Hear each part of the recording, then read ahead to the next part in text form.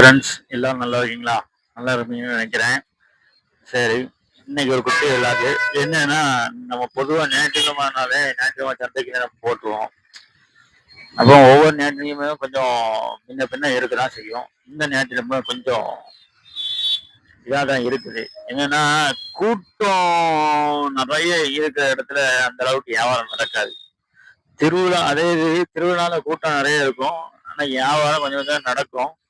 ஆனா மத்த இடத்துங்கள்ல அப்படி இல்ல. சில இடத்துல நல்ல கூட்டம் இருக்கும்.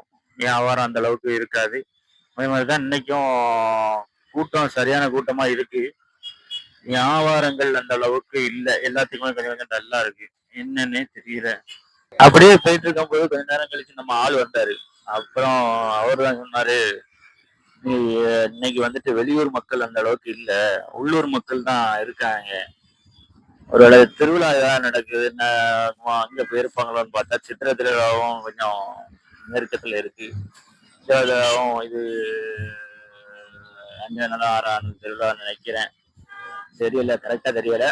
திருவிழாக்கு மக்கள் போயிருப்பாங்க. ம். அதனாலதான் கொஞ்சம் வெளியூர் மக்கள் வரல. வெளியூர் மக்கள் வந்திருந்தாங்கன்னு வியாபாரம் நடந்திருக்கும். வெளியூர் மக்கள் போக்குவரத்து அந்த அளவுக்கு இல்ல. உள்ளூர் மக்கள் போக்குவரத்து தான் இருக்கு. உள்ளூர் மக்கள் அந்த அளவுக்கு இல்ல. சீக்கிரம் ஒரு பொருளை வாங்க மாட்டாங்க. அதே வாங்குறதா இருந்தாலும் நம்மள ரொம்ப கம்மி பண்ணி தான் கேட்பாங்க. நம்ம இதே நம்ம ஹோல்சேல்ல கூட அந்த ரேட்டுக்கு எடுத்துக்க மாட்டோம். அந்த அளவுக்கு கேட்பான். ரொம்ப குறைச்சி. என்னமோ நம்ம வந்துட்டு ஓசியில வாங்கி போட்டிருக்க மாதிரி கேட்பாங்க. வெளியூர் மக்கள்னா கொஞ்சம் பார்த்து பாராம எடுத்துட்டு போவான். உள்ளூர் மக்கள்ல சில பேர் இப்படியும் செய்வாங்க. முதல் வாரம் வந்து பார்த்துட்டு போவாங்க. என்னென்ன பொருள்லாம் இருக்கு, நேரடிகள் என்னென்ன ரேட்லாம் இருக்கு, எவ்வளோ கேட்கலாங்கிற மாதிரி பார்த்துட்டு அது அடுத்த வாரம் கூட வந்து எடுப்பாங்க. அப்படியும் சில பேர் இருக்காங்க. வியாபாரத்தில் அப்படியும் இருக்கு, இப்படியும் இருக்கு. சேவரனையும் ரொம்ப மட்டமா கேட்பாங்க. வெளியூர் மக்கள் அப்படி இல்லை.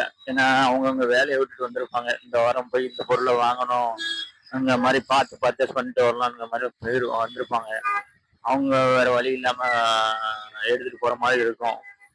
அதனால வெளியூர் மக்கள் வந்தாங்கன்னா கொஞ்சம் வியாபாரமும் நடக்கும். அதனால எல்லா வியாபாரிகளும் வெளியூர் மக்கள் வர்றதுதான் ஆசைப்படுவாங்க. அதுக்குன்னு எல்லா நாளும் ஒரே மாதிரி இருக்காது. கொஞ்சம் முன்ன பின்னதான் இருக்கும். ஆண்ட எந்த நேரத்துல எது நாடுவானோ அதுதான் நாடுவான். அதுக்குன்னு நம்ம டென்ஷன் அடிச்சுட்டு இருந்தா அது வேலைக்கு ஆகாது. சரின்னுட்டு அப்படியே இந்த வியாபாரங்கள் போயிட்டு இருக்குது. வெயிலும் அதுக்கு தகுந்தாப்புல காட்டம் சரியான காட்டம் அடிக்குது.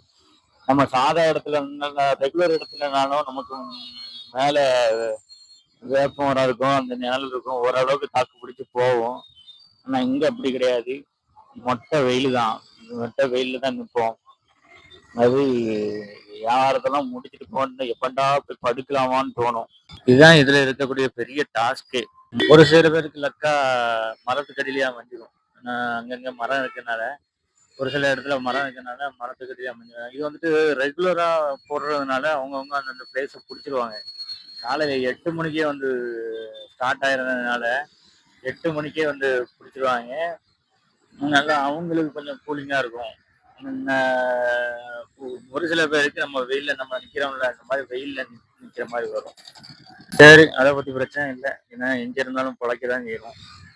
பொழைப்புக்கு எங்க இருந்தா என்ன, நம்ம பொழப்பு தான் நல்லபடியா ஓடுனா சரி. இந்த மாதிரி தான் நம்ம நின்று வெயில்னாலும் மழைனாலும் அங்க நின்று வியாபாரம் பார்க்குறோம்.